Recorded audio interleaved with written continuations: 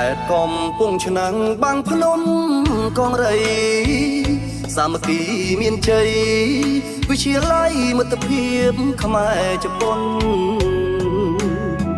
ខិតខំបង្កើតធនធានពង្រឹងវិន័យអប់រំគឺសាលាខ្ញុំនេះហើយសម្បត្តិល្អក៏កើតរាល់ថ្ងៃប្រែមុខមាត់ថ្មី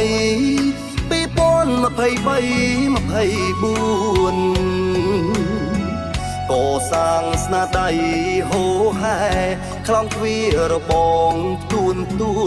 ពេលនេះឈ្នះពៀនសាលារៀនគំរូចំរៀងសុំច្រៀងសាទរទទួលអំណរបងវបពងខ្ពស់ឈ្មោះជាសាលារៀនគំរូបានពៀនរង្វាន់គេតយូយើងត្រូវថែឈ្មោះតរៀងទៅអើយហើយសូមអរគុណលោកគ្រូអ្នកគ្រូខិតខំតស៊ូលះបង់មិនខ្លាចងើយហត់ថ្ងៃខ្លះជួបក្តៅ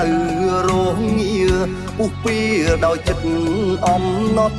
យើងជាកុលបុត្រត្រូវតែចងចាំ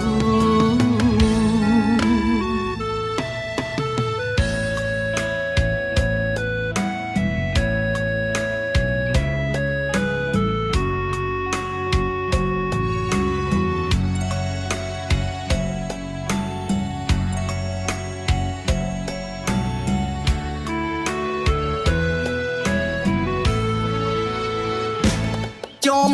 រៀងសុំច្រៀងសាទរទទួលអំណរបងវបពងខ្ពស់ឈ្មោះជាសាលារៀនគំរូ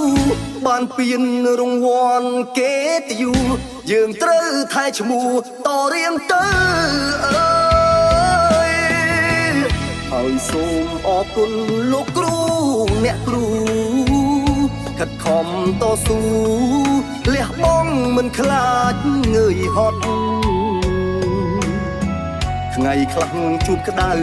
រងាពុះពៀដោយចិត្តអំណត់យើងជាកុលបុត្រត្រូវតែចងចាំ